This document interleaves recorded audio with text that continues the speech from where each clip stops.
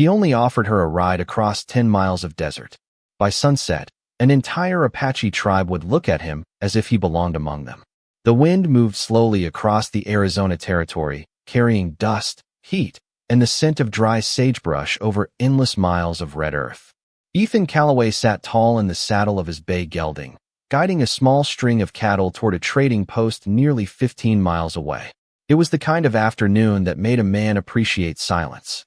No towns, no arguments, no memories. Just the steady creak of leather, the distant cry of a hawk, and the rhythm of hoofbeats beneath the blazing western sun. Ethan preferred it that way. At 31, he had learned that solitude asked fewer questions than people did. The trail curved around a stretch of rocky ground where scattered juniper trees clung stubbornly to life. That was when he noticed movement ahead. At first, he thought it was a deer stepping through the heat haze. Then the figure emerged clearly. A woman. Alone. Walking. Even from nearly 100 yards away, he could tell something wasn't right. Travelers didn't cross this section of desert on foot unless they had no other choice. Ethan eased his horse forward. As he approached, the woman stopped and turned toward him. Her dark hair moved gently in the wind. Dust covered the hem of her buckskin dress. One hand rested against a nearby rock for support.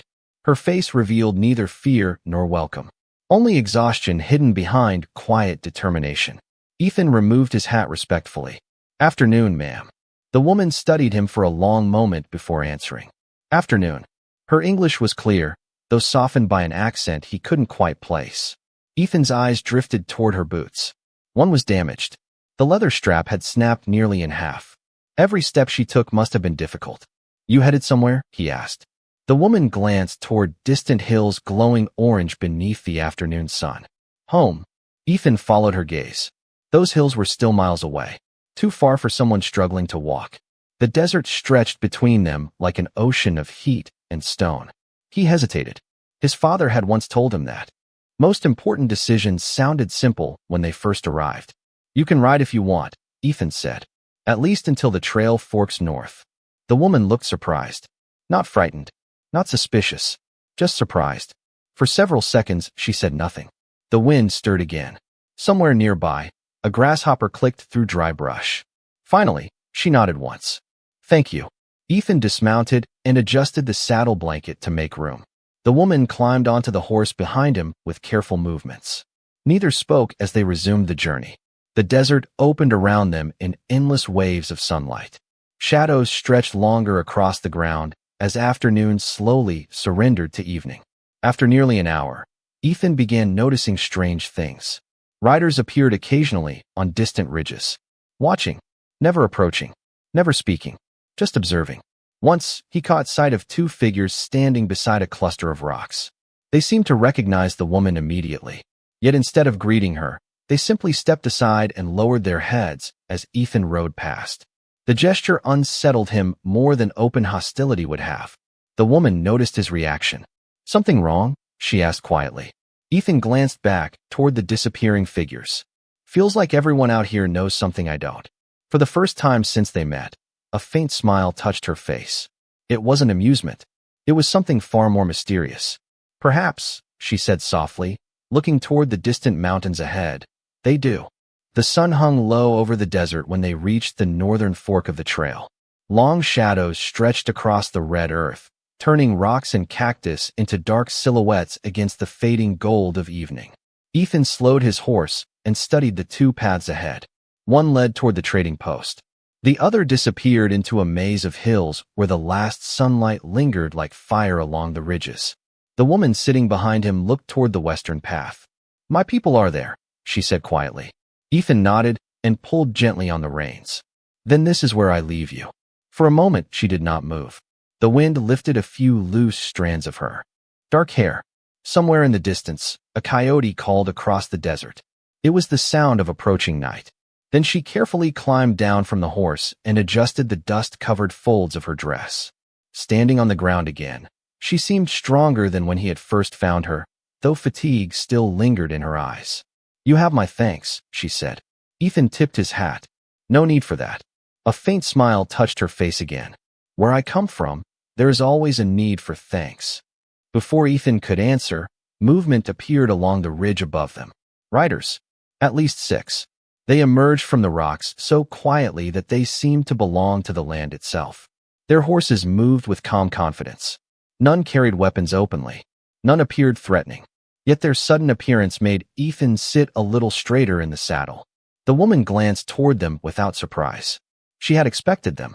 One of the riders guided his horse down the slope and approached. He was older, perhaps in his 60s, with silver threaded through his dark hair. His face carried deep lines carved by years of desert wind and sun. When he reached them, he looked first at the woman, then at Ethan. The silence stretched longer than Ethan liked. Finally, the older man spoke. "Ayanna." The woman nodded respectfully. "Grandfather." Ethan blinked. "Grandfather." The realization explained the ease in her voice. The older man studied her carefully, making certain she was unharmed. Then his eyes shifted back to Ethan. There was something unusual in that gaze. Not suspicion, not gratitude. Something Ethan could not name. "You brought her safely," the elder said. Ethan shrugged. "She needed help." The old man inclined his head slightly. Several of the other riders exchanged brief glances. Again, Ethan noticed that strange atmosphere around them, as if a conversation was taking place without words. "You should come with us," the elder said. Ethan frowned. "I appreciate the offer, but I have cattle waiting and a trading post closing before dark." The old man smiled gently. "The trading post will still be there tomorrow." Ethan opened his mouth to refuse, but stopped. The riders behind the elder were watching him with quiet curiosity. Ayanna remained silent. She seemed almost interested in what answer he would give. The desert wind drifted between them, carrying the scent of cedar smoke from somewhere beyond the hills. Then Ethan noticed something else. Every rider who looked at him carried the same expression. Respect. The kind usually reserved for someone they knew well. The kind that made absolutely no sense. "Tell me something," Ethan finally said. "Why does everyone keep looking at me like that?" For the first time, the elder laughed softly beneath his breath. "Because," he said, turning his horse toward the hills, "some journeys become important before the traveler realizes he is on one." Darkness settled over the hills by the time Ethan finally agreed to follow them. He told himself it was only for a meal and a place to rest before returning to the trading post in the morning. Nothing more. Yet as he guided his horse between the riders and entered the narrow canyon path, he could not shake the feeling that he had stepped into a story already unfolding long before he arrived. The trail wound through towering stone walls painted silver by moonlight. Cedar smoke drifted through the cool evening air. Somewhere ahead, voices carried softly on the wind. Not loud, not hurried. The comfortable sounds of people ending another day beneath the desert sky. When they rounded the final bend, the settlement appeared below. Fires glowed like scattered stars among dozens of lodges. Children laughed somewhere near the center of the camp. Dogs wandered between shadows. The entire place felt peaceful, grounded, alive. Ethan had spent years hearing stories about Apache camps from travelers and ranch hands. Most of those stories had been painted with fear. Standing there now, looking down from the ridge, he realized how little those stories had understood. As he rode into the settlement beside Ayanna, conversations gradually quieted. Heads turned. People noticed him immediately. Ethan expected curiosity. What he did not expect was what came next. An elderly woman carrying a basket paused beside the trail and lowered her head respectfully as he passed. A young man tending a fire stood and stepped aside. Two children stopped playing and whispered excitedly to one another before running away smiling. Ethan shifted uncomfortably in the saddle. The attention felt strange. Not hostile, not welcoming exactly, more like recognition, as if they knew something about him that he did not. Ayanna seemed to notice his discomfort. "You are not used to being watched." Ethan gave a dry laugh. "I spend most days with cattle. They are not nearly this interested in me." For the first time, she laughed softly. The sound surprised him. It carried warmth that had been hidden beneath her calm exterior all afternoon. The elder guided them toward a large lodge near the center of camp. Several lanterns burned outside. People gathered there appeared older, their faces marked by wisdom and experience. When Ethan dismounted, conversations immediately faded. Every eye turned toward him. The silence was so complete, he could hear the crackling of nearby firewood. The elder stepped forward. "You are our guest tonight." Ethan nodded. "I appreciate the hospitality." Again, Those strange looks passed between the people gathered there. Then something even stranger happened. A young girl emerged from the lodge carrying a folded piece of white cloth. She approached carefully and handed it to Iana. The woman accepted it without speaking. Ethan studied the cloth. It appeared handmade, beautifully woven, edged with delicate patterns that caught the lantern light. Iana glanced at it only briefly before folding it over her arm. Several elders watched the gesture closely. Ethan noticed that immediately. Whatever the cloth meant, it mattered. Very much. He considered asking about it, but decided against it. Some questions were better saved until morning. The meal that followed was simple and generous. Fresh bread, roasted corn, stew seasoned with herbs Ethan could not name. Yet even as conversation slowly returned around him, he continued noticing small things. People smiled when they saw him. Children whispered when he walked past. More than once, someone offered assistance before he even asked for it. Hours later, as the camp settled into quiet beneath a sky crowded with stars, Ethan lay awake near the fire staring into the darkness. The white cloth remained folded beside Iana's lodge across the camp. He could not explain why his eyes kept returning to it. Then, just before sleep finally found him, he noticed something that sent a chill through his thoughts. Every lodge around the camp had gone dark. Every one except hers. And hanging beside the entrance, illuminated by a single lantern, was that same white cloth gently moving in the desert wind like a signal meant for everyone except him. The first light of dawn slipped across the canyon walls and painted the camp in shades of gold and amber. Ethan woke to the smell of cedar smoke and fresh bread baking somewhere nearby. For a few moments he forgot where he was. Then he saw the unfamiliar lodges, heard the distant voices, and remembered the strange respect that seemed to follow him wherever he walked. He stood, stretched the stiffness from his shoulders, and glanced across the camp. The white cloth still hung beside Iana's lodge. Morning sunlight caught its woven edges, making it glow softly against the weathered leather walls. Whatever it meant, no one had taken it down. Ethan splashed cold water from a nearby barrel onto his face and prepared to leave. His plan was simple. Thank his hosts. Ride to the trading post. Return to the ordinary life he understood. Yet the moment he saddled his horse, the first complication arrived. A boy no older than 10 approached carrying a polished wooden cup. For your journey, the child said respectfully. Ethan accepted it. Thank you. The boy smiled proudly and hurried away. Before Ethan could take 3 more steps, an elderly man handed him a small pouch of dried herbs. A woman offered fresh bread wrapped in cloth. Another elder wished him safe travels. The gestures were kind, but together they felt unusual. He had stayed in dozens of settlements across the territory. No community had ever treated him this way. By mid-morning, he finally spotted Iana near a spring at the edge of camp. She stood alone filling a clay jug while sunlight danced across the water beside her. Ethan walked over. I think your people are trying to spoil me. Iana looked up and smiled faintly. They are being polite. Polite. Ethan laughed. If they get any more polite, they might carry me to my horse. To his surprise, she looked away instead of laughing with him. Her expression changed. Not sadness. Not discomfort. Something closer to uncertainty. Ethan immediately noticed it. What is it? He asked. For several seconds, she said nothing. Water trickled softly over smooth stones. A hawk circled high above the canyon. Finally, she spoke. You should have left before sunrise. Ethan frowned. That sounds like an odd thing to tell a guest. Perhaps. Her fingers tightened slightly around the handle of the jug. But it is true.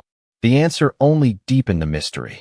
Before Ethan could press further, a group of elders appeared from the direction of the central lodge. They were heading toward them with deliberate purpose. The same silver-haired grandfather walked at the front. Ethan immediately recognized the look on his face. Serious, thoughtful, important. The elders stopped a few feet away. Nobody spoke right away. The silence seemed almost ceremonial. Then the old man reached into a leather satchel and carefully removed something folded in white cloth. Ethan recognized it instantly. The same fabric he had seen hanging outside Iana's lodge. The same fabric everyone seemed to treat with unusual attention. The elder held it in both hands and looked directly at Ethan. There is something you must understand, he said calmly. Ethan felt every conversation in the camp slowly fade around them. People were watching again. Waiting. Iona lowered her eyes toward the ground. The elder unfolded the cloth. Delicate patterns ran across its surface in careful lines of blue and silver thread. Ethan had no idea why the sight of it suddenly made his stomach tighten. Then the old man spoke the words that changed everything. Yesterday, when you offered your protection to Iona on the desert trail, you did more than help a traveler. The elder paused. Around them, the camp had become completely silent. You stepped into a law older than any of us. The words settled over the gathering like dust after a long ride. Ethan stared at the elder, waiting for the rest of the explanation, convinced there had to be some misunderstanding. He had offered a tired traveler a place on his horse.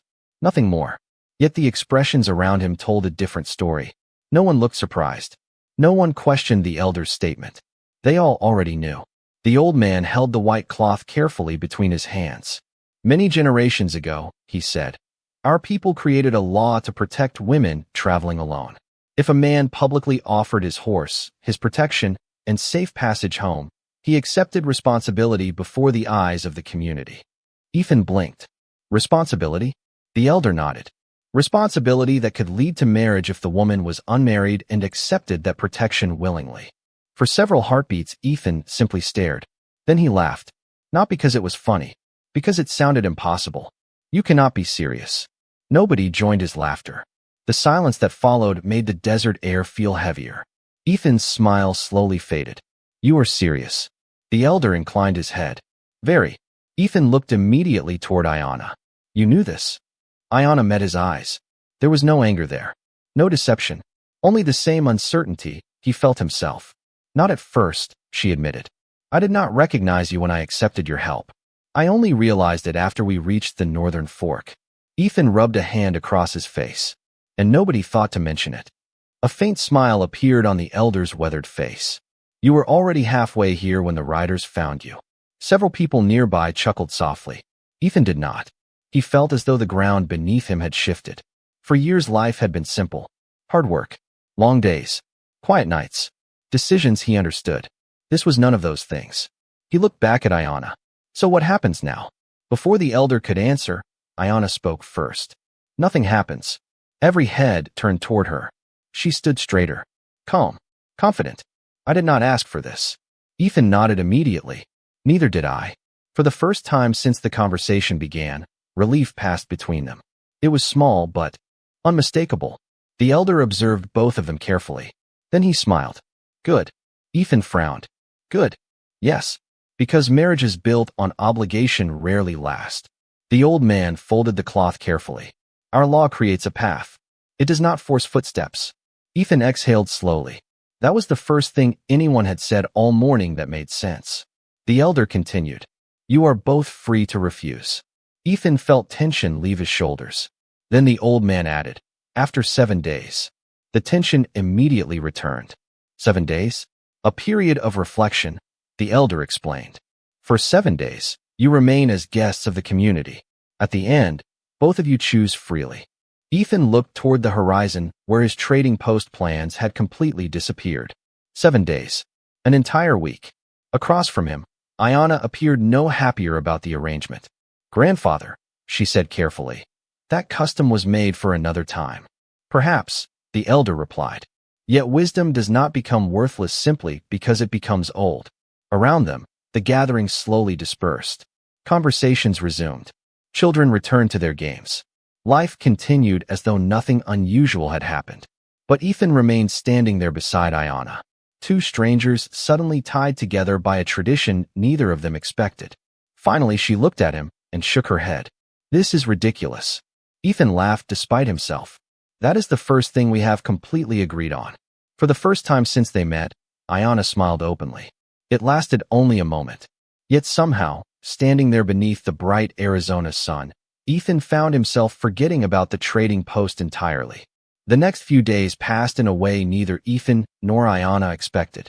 They spent most of their time trying not to be seen together, which only seemed to make everyone notice them more. Whenever Ethan volunteered to help repair a fence, Iona somehow arrived to inspect the nearby grazing land. When she carried supplies from the spring, someone inevitably asked Ethan to assist with a task in the same direction. By the third day, Both of them had stopped pretending the coincidences were accidental. The camp itself settled into a steady rhythm. Mornings began with sunlight spilling across the canyon walls. Afternoons carried the scent of warm earth and cedar smoke.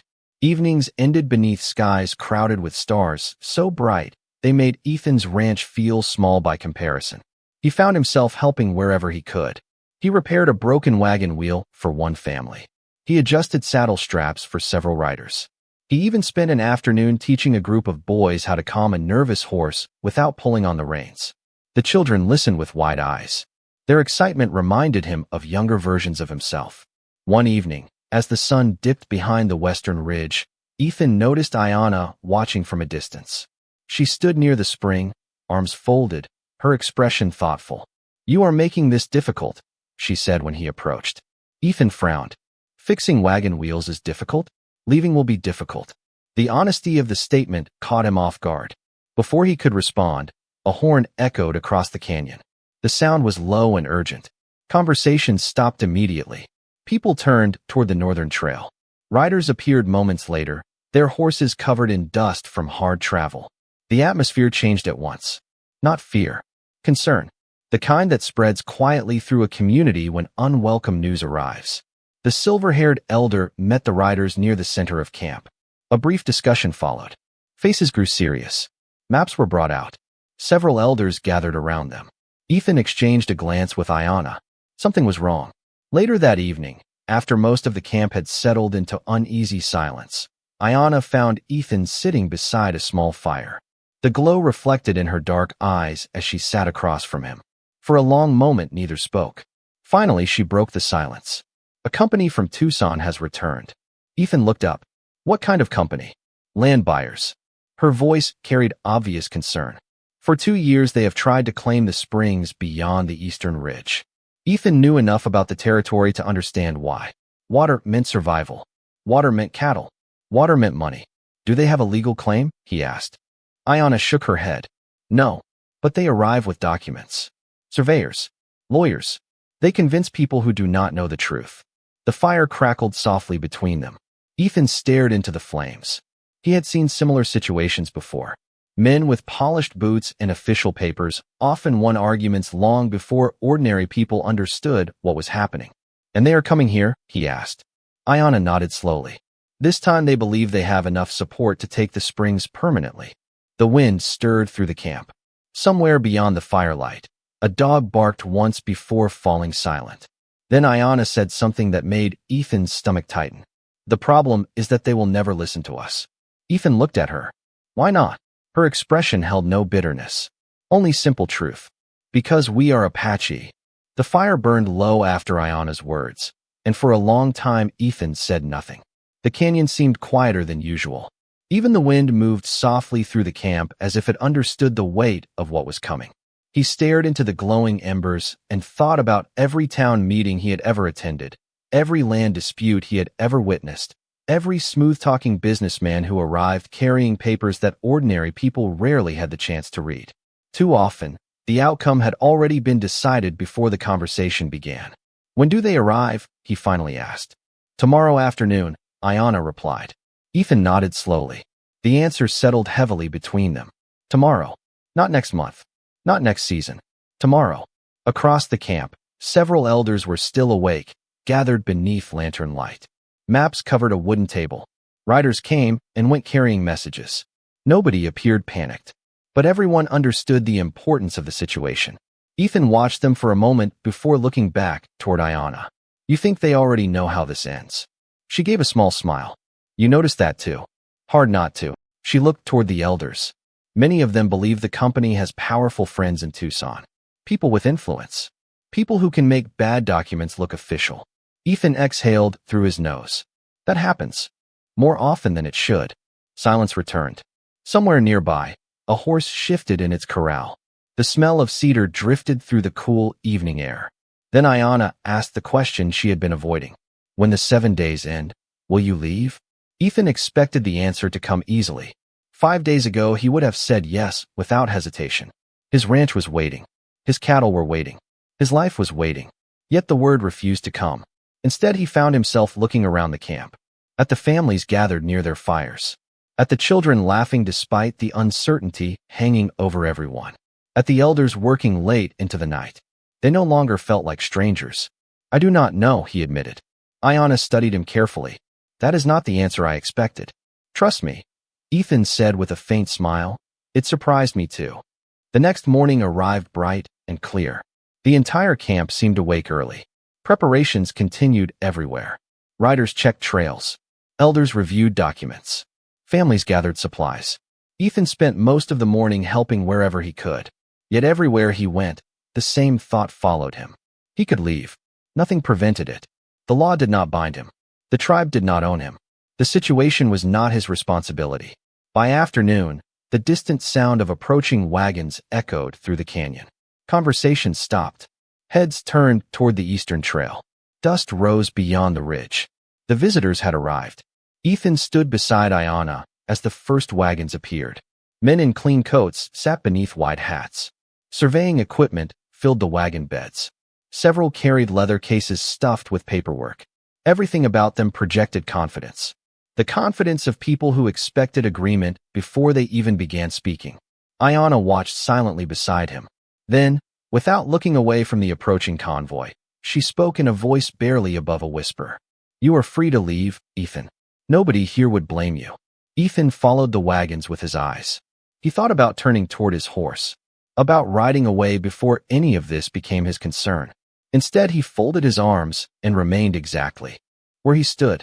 Maybe, he said quietly, but sometimes walking away becomes harder than staying. The meeting began beneath a large canvas awning stretched between two wagons. The afternoon sun hung high above the canyon, casting sharp shadows across the packed earth. On one side stood the visitors from Tucson with their maps, survey records, and polished confidence. On the other stood the elders of the community, calm and patient despite the pressure surrounding them. Ethan remained near the back at first, listening. He heard familiar phrases repeated again and again. Development, ownership, progress, opportunity. The men from Tucson spoke as though the springs were already theirs. Each statement sounded rehearsed. Each document seemed prepared long before they ever entered the canyon.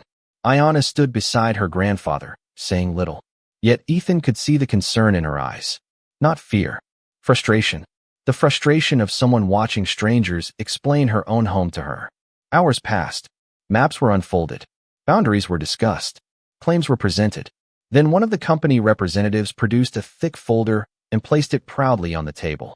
Everything is documented, he announced. County records, survey approvals, witness statements. Every requirement has been satisfied. Several people exchanged uneasy glances. The folder looked impressive. Official. Final. Ethan stared at it from across the gathering. Something felt wrong. Not because of what it contained. Because of what it did not. He had spent years buying land, leasing grazing rights, and negotiating water access across the territory. He knew paperwork. More importantly, he knew the habits of men who relied too heavily on paperwork. Quietly, he stepped forward.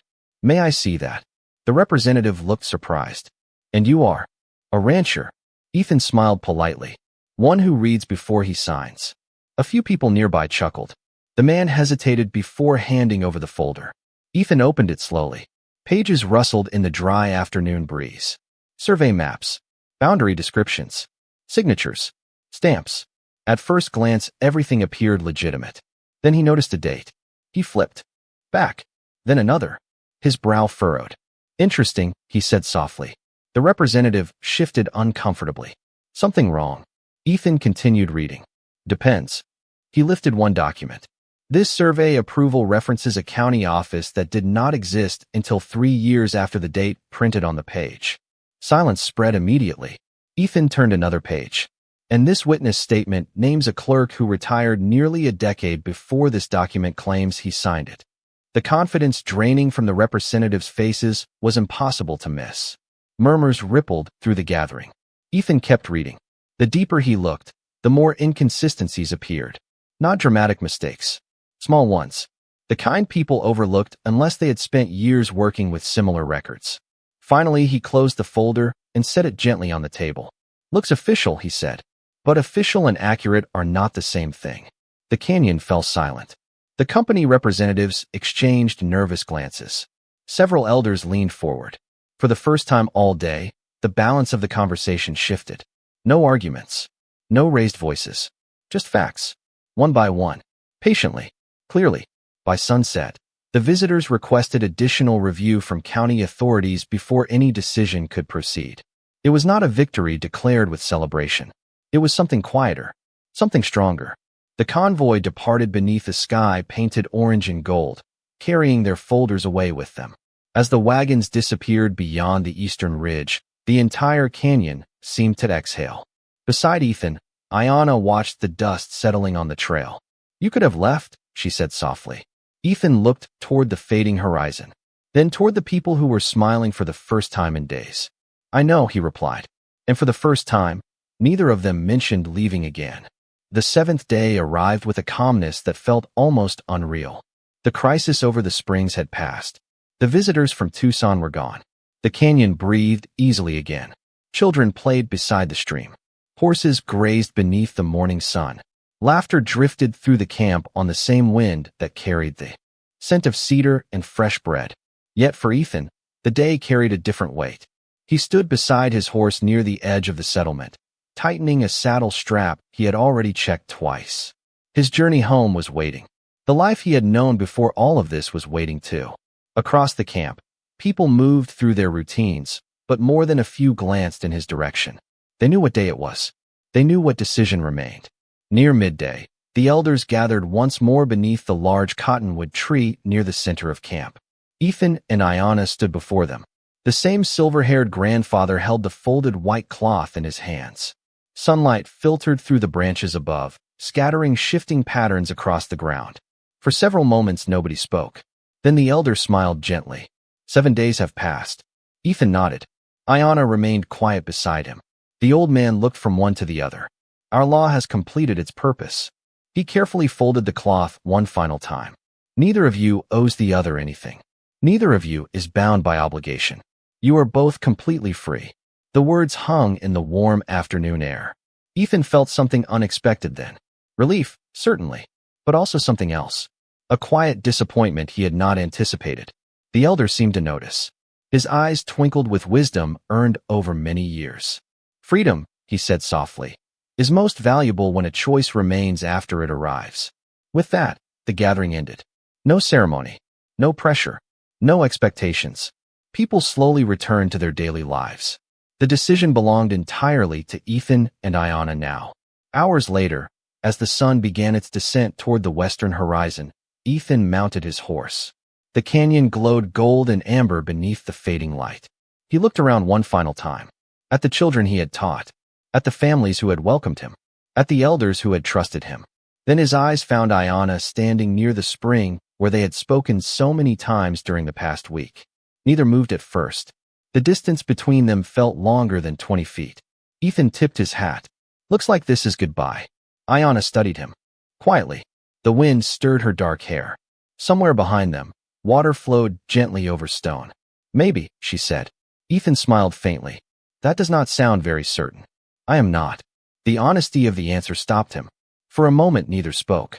Then Ayanna stepped forward carrying something folded carefully in her hands. Ethan immediately recognized the white cloth. She stopped in front of him and held it out. "The law chose for us first," she said softly. "Neither of us wanted that." Ethan looked down at the cloth, then back at her. "No," he agreed. Ayanna smiled. It was the same smile he had first seen on the desert trail, but warmer now. Stronger. "But this is different."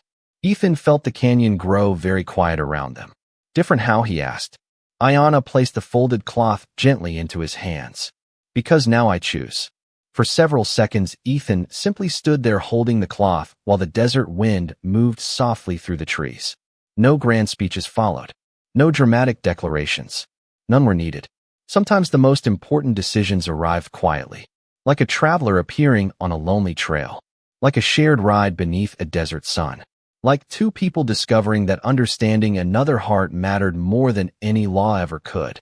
As the sun disappeared behind the canyon walls, Ethan smiled and climbed down from his horse. And this time, neither of them looked toward the road.